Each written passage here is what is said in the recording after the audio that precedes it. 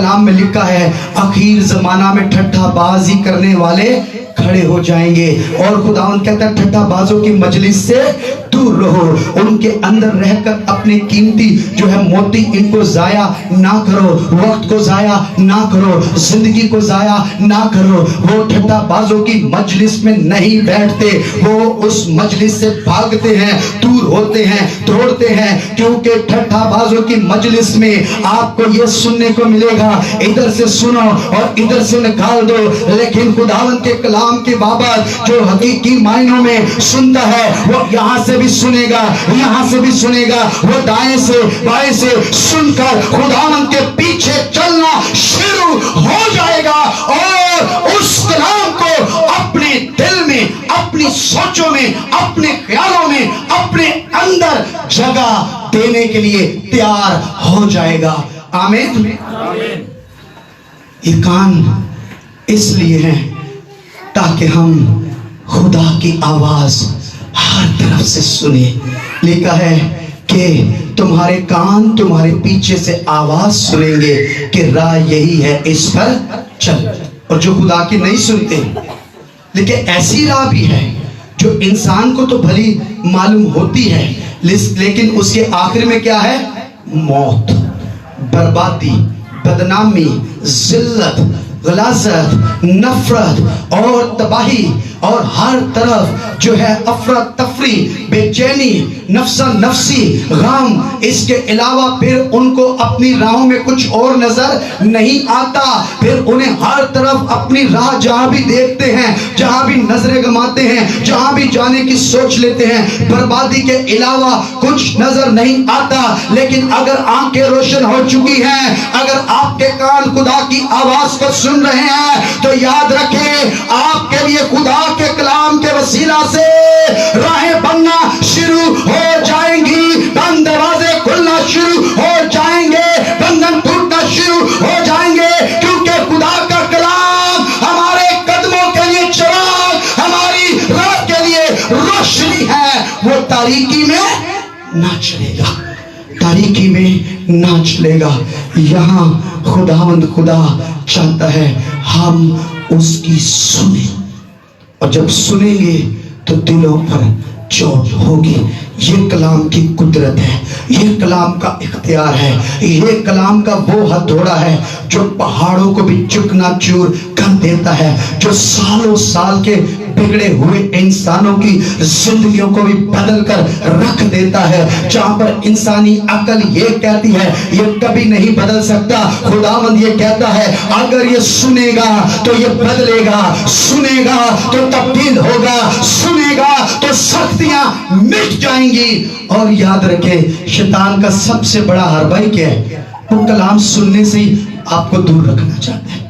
نہ سنا جائے نہ ہی چوٹ لگے، نہ سنا جائے نہ ہی جانا جائے، نہ سنا جائے نہ خدا کے پاس آیا جائے، نہ سنا جائے نہ ہی ہمارے ذہن کھلے، نہ سنا جائے نہ ہی ہم بے وقوفیوں سے باہر نکل سکے۔ یہ حربہ ہے شیطان کا۔ کیوں لوگ برباد ہو رہے ہیں؟ کیوں لوگوں کی زندگیوں میں امن، چین، سکون، تبدیلی، اطمینان نہیں آ رہا؟ ان کا پوری زندگی کا شیڈول نکال کے دیکھ لیں، پوچھ لیں، تو وہ دو طرح کی کیٹیگری کے لوگ ہیں۔ یا تو سنتے نہیں، تو یا سنتے ہیں تو ان کے دلوں میں جگہ نہیں بنتی کلام کی۔ وہ ایسے دل ہیں جہاں پر جھاڑیاں ہیں، جہاں پر نفرتیں ہیں، حسد ہے اور پتھریلی زمین ہے، ان کی جڑیں نکلتی ہیں، پھر اس کے بعد پانی نہ ملنے کی وجہ سے، وہ سختی کی وجہ سے کلام میں بڑھ نہیں پاتے۔ جھاڑیوں میں ان کا بیج بڑھتا بھی ہے تو چھپ جاتا ہے، پتہ ہی نہیں چلتا، کبھی دنیا کا نظر آتا ہے اور کبھی خدا کی طرف، کبھی پرستش میں نظر آتا ہے، کبھی گانوں کی طرف، کبھی گناہ میں نظر آتا ہے، کبھی ناپاکی کی طرف، اور وہ اس طریقے سے اٹھتا بیٹھتا گرتا سمرتا رہتا ہے، وقت ضائع کرتا رہتا ہے۔ اور کئی تو آ جاتے ہیں واپس، لیکن کئی برگشت آلودگی کی طرف، باغی پن کی طرف، خداوند سے دور، اور اپنے حل پر ہاتھ رکھ کے پیچھے مڑ کر دیکھتے ہیں، اور جیسے وہ نمک کا ستون بن گئی وہ لوط کی بیوی، اسی طرح وہ ایک ستون ہی بن جاتے ہیں، وہ ایک جگہ ٹھہر جاتے ہیں، رک جاتے ہیں، ان کی ترقی ٹھہر جاتی ہے، ترقی نہیں ہوتی، خداوند میں نہیں بڑھتے۔ لیکن مبارک ہے وہ جو ایمان کے بانی کامل کرنے والے یسوع مسیح کو تکتا رہتا ہے، اس کی روحانی ترقی کبھی رکتی نہیں، اس کی روحانی زندگی کبھی رکتی نہیں، بلکہ ہر روز ہر پل وہ خداوند میں بڑھتا چلا جاتا ہے۔ اس کے دل کے اندر روحانی غزلیں ہیں، روحانی مزامیر ہیں، روحانی گیت ہیں، روحانی سچائیاں ہیں، اس کے سوچنے کے لیے کلام کی بہت ساری باتیں ہیں، وہ اٹھتا بیٹھتا ان پر غور کرتا رہتا ہے، وہ تنہائیوں میں ان پر غور کرتا رہتا ہے، وہ مجلس میں ان کا ذکر کرتا رہتا ہے، وہ جہاں کہیں ملتا ہے اٹھتا ہے بیٹھتا ہے، اس کے پاس بہت ساری باتیں کرنے کے لیے کلام کی موجود ہیں۔ آمین۔ کئی مرتبہ کسی گھر میں جاتے ہیں، چار چار گھنٹے بیٹھتے ہیں، کلام کی ایک بات نہیں ہوتی، صرف انہیں منو اے کہہ دیتا، انہیں اے کہہ دیتا، بس گھروں کی لڑائیاں جھگڑوں کے علاوہ کوئی ہمارے پاس دوسری گفتگو نہیں ہوتی۔ کاش کہ ہم جب بیٹھے، جوان عورتیں بیٹھے تو ان کے پاس، بزرگ عورتیں جب بیٹھے تو ان کے پاس اتنا کلام ہو کہ جوان بچوں کو سمجھانے کے لیے، نصیحت کرنے کے لیے ان کے منہ کے اندر بھی کلام ہو، اور ان کی زندگی کا کردار بھی ان کے سامنے ہو، ان کی زندگیاں ان کے لیے مشعل راہ بن جائیں، اور جو بزرگ ہمارے ہیں وہ بھی خدا کے کلام سے بھرے ہوئے ایسے ہوں جہاں وہاں پر لوگوں کی زندگیوں میں کلام کو پہنچانے والے ہوں۔ آمین۔ ان کے دلوں پر چوٹ لگی ہے، اور جب چوٹ لگی ہے تو انہوں نے کھلم کھلا اقرار کیا ہے، ڈنکے کی چوٹ پر اقرار کیا ہے، پورے دل سے اقرار کیا ہے۔ انہوں نے کہا ہے، اے بھائیو، ہم کیا کریں کہ ہمیشہ کی زندگی کو حاصل کریں۔ پہلے انہوں نے مسیح کو مسلوب کیا تھا، کیونکہ ان میں رومی بھی تھے، ان میں یہودی بھی تھے، ان میں دیگر جو اقوام کے لوگ بھی تھے، غیر اقوام بھی تھے۔ اور اگر ہم اسی 15ویں باب کی 14ویں آیت پڑھتے تو وہاں لکھا ہوا ہے، پہلے پہل خدا نے بھی پہلے پہل غیر قوموں پر کس طرح توجہ کی تاکہ ان میں سے اپنے نام کی ایک امت کو بنائے۔ خدا قوموں پر توجہ کرتا ہے۔ یہاں مختلف اقوام کے لوگ موجود تھے، اور ان پر ایسی توجہ ہوئی کہ خدا نے اپنے کلام کی قدرت سے ان کے دلوں پر چوٹ کی، اور یہ اقرار کرتے ہیں، اے بھائیو ہم کیا کریں کہ ہمیشہ کی زندگی پائیں۔ پترس نے کہا، تم توبہ کرو۔ تم کیا کرو جی؟ توبہ کرو، اور اپنے گناہوں کی معافی کے لیے یسوع مسیح کے نام پر بپتسمہ لو، اور روح القدس تم انعام میں پاؤ گے۔ یاد رکھیں، بائبل مقدس صرف توبہ کی بات نہیں کرتی۔ توبہ کا مطلب ہے یو ٹرن لینا، واپس آنا، مڑ جانا، اپنے ان چیزوں کا اقرار کرنا کہ اے خدا میں گناہ گار ہوں۔ لیکن صرف توبہ تک رہ کر یہ کہنا میں گناہ گار ہوں، اس سے کام نہیں بنے گا، بلکہ گناہوں کی معافی کے لیے یسوع مسیح کی خوشخبری پر ایمان لانا ضروری ہے۔ دنیا کے پاس توبہ کی منادی ہے، دنیا کے مذاہب توبہ کی منادی کرتے ہیں۔ کون سا مذہب ہے جو توبہ کی منادی نہیں کرتا؟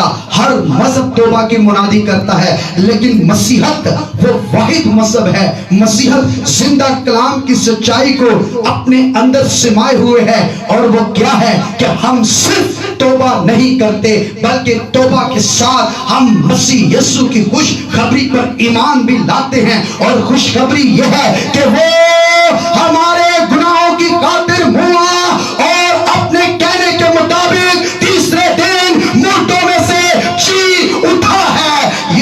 ہماری خوشخبری کا پیغام ہے کہ یسوع مسیح آپ میرے گناہوں کو اپنے بدن پر لیے صلیب پر چڑھ چکا ہے، اور اب وہ پھر آنے والا ہے، اور اس کے آنے پر جب وہ آئے گا تو مردے جی اٹھیں گے، ہم جو زندہ ہیں بائبل میں لکھا ہے ایک دم فوراً پھر فور اسی لمحہ اسی گھڑی اس کے آنے پر یہ بدن جلالی ہو جائیں گے، یہ بدن جلالی ہو جائیں گے۔ اس لیے لکھا ہے مسیح کے آنے تک تمہاری روح، جان اور بدن پاک اور بے عیب رہے۔ ایسا نہیں ہے صرف ہماری روحوں پر وہ کام کر رہا ہے، وہ ہمارے بدنوں کو بھی ہر طرح کی برائی سے روکتا ہے، کیونکہ لکھا ہے تمہارے اعضاء حرام کاری کے لیے نہیں، یہ خدا کے جلال کے لیے ہیں، یہ خدا کے جلال کے لیے ہے۔ لکھا ہے اگر تیری آنکھ روشن ہے تو تیرا سارا بدن بھی روشن ہوگا، اگر تیری آنکھ تاریکی میں ہے تو تیرا سارا بدن بھی تاریکی میں ہوگا۔ جن کی آنکھیں صرف پیسے پر لگی ہیں، دنیا پر لگی ہیں، گناہ پر لگی ہیں، لیکن جن کی آنکھوں میں زناکار عورتیں بستی ہیں، ان کے قدم گناہ سے رک نہیں سکتے۔ جو اپنی آنکھوں میں، اپنے دلوں میں زناکاری اور گناہ اور نہ جانے کن کن گناہوں کی سوچوں کو لے کر بیٹھے ہیں، لیکن داؤد کہتے ہیں وہ رات کو اپنے بستروں پر سوتے ہیں اور ارادے بناتے ہیں اور دن کو انہیں پورا کرنے کے لیے نکل کھڑے ہوتے ہیں، لیکن مبارک ہے وہ جو رات کو سوتے ہوئے بھی خدا کا کلام اس کے اندر ہے، کیونکہ لکھا ہے وہ تو اپنے محبوب کو نیند ہی میں دے دیتا ہے۔ نیند کے اندر بھی اچھے اچھے خیالات، اچھی اچھی سوچیں، عمدہ عمدہ باتیں، کلام کی سچائیاں ہمارے اندر گردش کرتی رہیں، خوابگاہ پر خدا کی سچائی پرستش کانوں میں گونجتی رہے، ہونٹ ہمارے خداوند کے کلام سے بھرے ہوئے ہوں، تاکہ ہم اٹھے بیٹھے سوئیں جس بھی حالت میں ہو، ہمارے اندر خوشی کے چشمے جاری رہیں۔ کئی ایسے ہیں جن کو صرف رونے خوابوں کے علاوہ کوئی آتا ہی نہیں ہے، ان کو ایسے خواب نظر آتا ہے بس ہڈا فلاں مر گیا، منو فلاں ہو گیا، فلانو کچھ ہو گیا، اس کے علاوہ سوچ کیوں ایسا ہوتا ہے؟ اس کا سبب ایک بڑا سبب یہ ہے